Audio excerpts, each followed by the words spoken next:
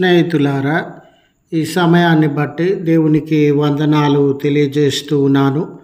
ప్రేమపూర్వకంగా మిమ్మల్ని అందరినీ వాక్య ధ్యానంలోనికి ఆహ్వానిస్తూ ఉన్నాను.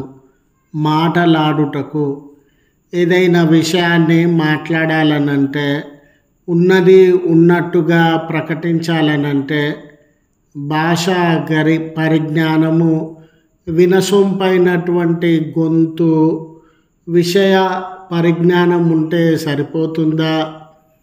ఒక విషయాన్ని ఉన్నది ఉన్నట్టుగా ప్రకటించడానికి అన్నిటికంటే కూడా ఏ అంశము మన జీవితంలో ఉండాలి, మనం దేన్ని కలిగి ఉంటే ఉన్నది ఉన్నట్టుగా మాట్లాడగలము అనే విషయాన్ని మీతో కూడా పంచుకోవడానికి ఇష్టపడుతూ ఉన్నాను. కనుక దేవుని యొక్క వాక్యమును మీరు ముగింపు వరకు ఆలకించాలని మీ కుటుంబ సభ్యులతోనూ తోటి విశ్వాసులతోనూ ఈ వీడియో షేర్ చేసుకోనండి.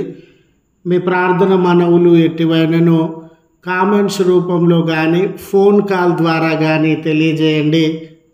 నమ్మకంగా మీ కొరకు ప్రార్థించడానికి సిద్ధంగా ఉన్నాము. ఈ వీడియో మీ ఆధ్యాత్మిక జీవితంలో ఉపయోగకరంగా ఉంది అని మీకు అనిపిస్తే దయచేసి ఈ ఛానల్ను సబ్స్క్రైబ్ చేసుకునవలసినదిగా మనవి చేస్తూ ఉన్నాను. లేఖనము యెహెజ్కేలు గ్రంథము 29వ అధ్యాయము 21వ వచనము, మాటలాడుటకు నీకు ధైర్యము కలుగజేసెదను. స్నేహితులారా, మన పెద్దలు మనకిచ్చినటువంటి ఆలోచన మాట ఏమిటంటే, ఉన్న మాట అనొద్దు, ఊర్లో ఉండొద్దు. ఎప్పుడైతే వాస్తవాన్ని మనం మాట్లాడినామో, ఉన్నది ఉన్నట్లుగా మాట్లాడినామో, మనలోనే చాలామంది శత్రువులు అయ్యేటటువంటి వారుగా ఉన్నారు. సత్యాన్ని సత్యంగా ఉన్నది ఉన్నట్టుగా మాట్లాడడం అనేది అంత సులువైనటువంటి విషయము కాదు. ఆనాటి ప్రవక్తల జీవితములను గమనించినప్పుడు వారు ప్రభు వలన వినినటువంటిది, ప్రజల స్థితి పతనమైతే పతనమైనారని, శాపానికి లోనైతే శాపానికి లోనైనారని, ఉగ్రతకి తీర్పుకు లోనైతే ఉగ్రతకి తీర్పుకు లోనైనారని దేవుని మాటలను వారు ఉన్నది ఉన్నట్టుగా ప్రకటించడం వలన ఎంతోమంది ప్రవక్తలు చంపబడినారు, చెరసాలలో వేయబడినారు, దేశం నుండి బహిష్కరణకి లోనైనటువంటి వారుగా ఉన్నారు. ఆనాటి ప్రవక్తల జీవితమే కాదు స్నేహితులారా, ఈనాటి దేవుని ప్రజల పరిస్థితి కూడా అదే రీతిగా ఉండినట్లు మనము గమనించగలం.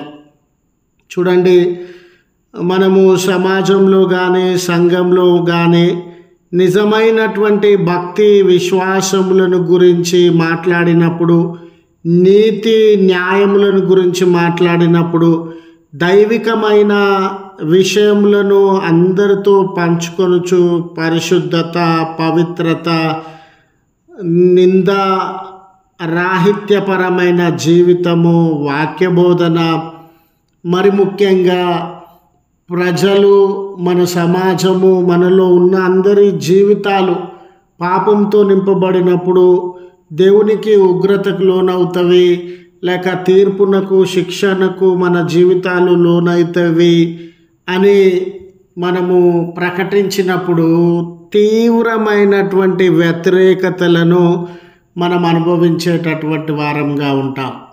ఈరోజు దేవుని గురించి మాట్లాడేవాడు హేళన చేయబడుతూ ఉన్నాడు, వెక్కిరింతల పాలవుతూ ఉన్నాడు, దాడులకు లోనవుతూ ఉన్నాడు, కొట్టబడుతూ ఉన్నాడు, చంపబడుతూ ఉన్నాడు. ఆ రీతిగా సత్యము, నీతి, న్యాయము మాట్లాడేటటువంటి వ్యక్తుల ఎడల లోకము, సమాజము, సంఘము ఆ రీతిగా ప్రవర్తించడాన్ని, వారిని గాయపరచడాన్ని, వారి జీవితంలో నష్టాన్ని, కష్టాన్ని కలుగజేయడాన్ని మనము గమనించేటటువంటి వారంగా ఉన్నాం.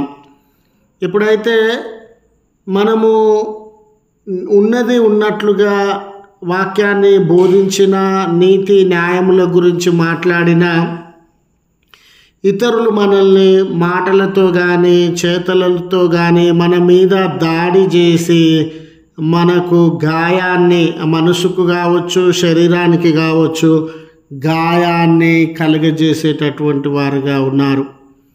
మన మీద కక్షగట్టే ప్రమాదం కూడా ఉండిందండి. కక్షగట్టి ఏదో ఒక కీడు మనకు తలపెట్టాలని.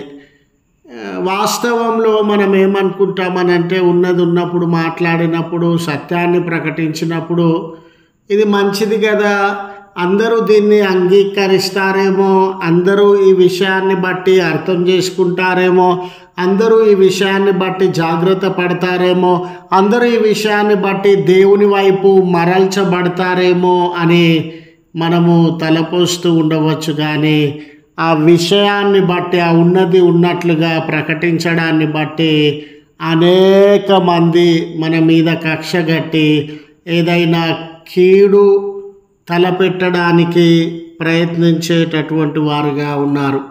కాబట్టి స్నేహితులారా, ఈ దినాలలో తీయగా మాట్లాడడం ఒక ఎత్తు ఉండొచ్చు, ఆకర్షణీయంగా మాట్లాడడం ఒక ఎత్తు ఉండొచ్చు, లేక నవ్వులను పండించి ప్రజలను ఎంటర్టైన్మెంట్ చేయడము ఒక ఎత్తు ఉండవచ్చు, వారికి నచ్చే విధంగా ప్రకటించడం ఒక ఎత్తు ఉండవచ్చు. ఔరా ఎంత చక్కని ప్రకటన లేక బోధ జరిగించినాడు, ఇతనిలో చాలా జ్ఞానం ఉంది అనిపించుకోవడం ఒక ఎత్తు కావచ్చు. కానీ ఉన్నది ఉన్నట్టుగా ప్రకటించడానికి వీటన్నిటితో అతీతంగా ఆ ప్రకటించేటటువంటి వ్యక్తికి, బోధించేటటువంటి సువార్త బోధకుడికి లేక జనాంగానికి ధైర్యం కావాలండి. ఈ మాట మాట్లాడితే వీళ్ళేమనుకుంటారో వాళ్ళేమనుకుంటారో, ఈ రీతిగా బోధిస్తే ఎవరు కానుక ఇవ్వరు, ఈ రీతిగా బోధిస్తే ఎవరు భోజనానికి విలువరు, ఈ రీతిగా బోధిస్తే అందరి మనసులు ఆయాసపడతాయి గనుక వాళ్ళకి నచ్చే రీతిగా, వాళ్ళు నవ్వే రీతిగా, వారు సంతోషించే రీతిగా, వారికి కానుకలు మనకిచ్చే రీతిగా బోధించాలని చాలామంది ఆ రీతిగా ప్రయత్నాలు కొనసాగించేటటువంటి వారుగా ఉన్నారు. యెహెజ్కేలు గారితో దేవుడి మాటలు మాట్లాడుతూ ఉన్నాడండి.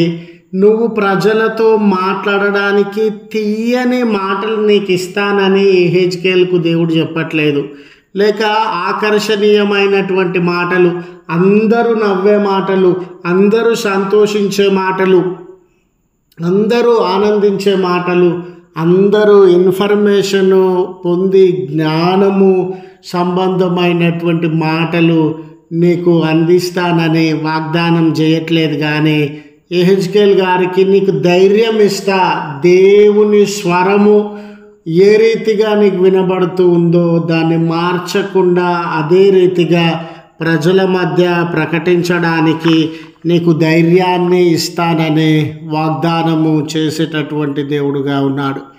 గనుక స్నేహితులారా, మన జీవితంలో కూడా చాలా పర్యాయము ఎవరిని ఎందుకు నొప్పించడము, ఎవరితో ఎందుకు విభేదాలు తీసుకొని రావడము, ఎవరికి నేను ఎందుకు దూరం కావడము, అందరిలో అందరిలాగుంటా, ఎస్ అన్న వాళ్ళతో ఎస్ అంట, నో అన్న వాళ్ళతో నో అంట, ఎవరి ముందు వారి మాట మాట్లాడి నా పబ్బాన్ని గడిపేటటువంటి వాడనిగా ఉంటా అనే తలంపులు మనలో చాలామందిలో ఉండవచ్చు. కానీ దేవుడు మనకి ఆయనకున్నటువంటి ఆలోచన ఏంటనంటే సత్యాన్ని మనం మాట్లాడాలా, ఉన్నది ఉన్నట్లుగా మనం మాట్లాడాలా, యథార్థమైన రీతిగా మనం మాట్లాడాలా, హెచ్చరిక అవసరమైనప్పుడు, గద్దింపు అవసరమైనప్పుడు వాటిని నిర్మోహమాటంగా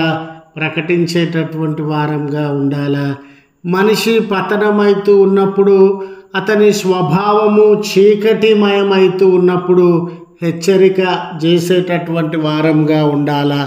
ఈ రీతిగా మనం జీవించాలని, ఈ రీతిగా మన బోధన ప్రకటన ఉండాలని దేవుడు తెలియజేస్తూ ఉండగా, స్నేహితులారా, మనుషులకు ఏది మంచిగా అనిపిస్తుందో, మనుషులు ఏది ఏ రీతిగా మాట్లాడుతూ సంతోషిస్తారో ఆ విషయం కాదండి. దేవుడికి ఏ రీతిగా మనము ప్రకటిస్తే మాట్లాడితే సంతోషమో, మనుషులను కాదండి, దేవుణ్ణి సంతోషపరచడానికి మన నోరును తెరిచేటటువంటి వారంగా ఉండాలని మనవి చేస్తూ ఈ మాటలు ముగిస్తూ ఉన్నాను.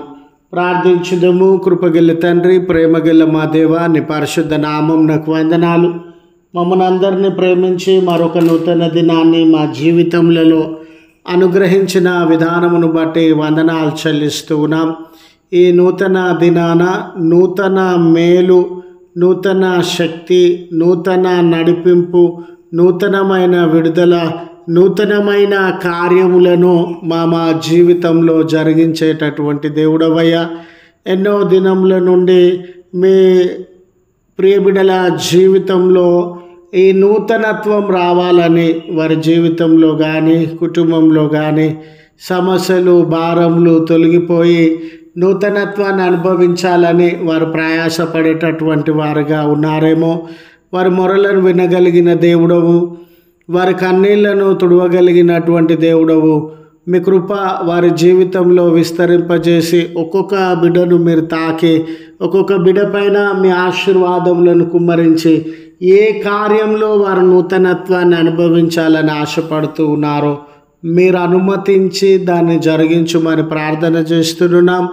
మరి ఈ ప్రార్థనలో ఏకీభవించుచు ఉన్న యేసయ్య, కుటుంబంలో ఉండని వ్యక్తులుండని వారి మొరలను విని వారి అక్కరలను తీర్చి సంక్షేమమును, అభివృద్ధిని, నెమ్మదిని వారి జీవితాలలో అనుగ్రహించండి. జన్మదినం అని, వెడ్డింగ్ యానివర్సరీ అని ఏ బిడ్డలు మీ కృతజ్ఞతలు చెల్లిస్తూ ఉన్నారో, గడిచిన కాలమంతా వారిని కాపాడిన విధానమును బట్టి వందనాలు. రానున్న కాలమంతటిలో కూడా మీ కాపుదల దయచేయమని మీ నామంన మేము ప్రార్థన చేస్తున్నాం. సుదూర ప్రయాణంలో కొరకు సిద్ధపడుతూ ఉన్న బిడ్డలను దీవించి వారి ప్రయాణంలో మీ భద్రత దయచేయమని క్రీస్తు పేరట వేడుకొనుచు ఉన్నాము తండ్రి. ఆమెన్. తండ్రి, కుమార, పరిశుద్ధాత్మ త్రియేక దేవుని దీవెన మనకు తోడై ఉండి మనలను కాపాడునుగాక. ఆమెన్.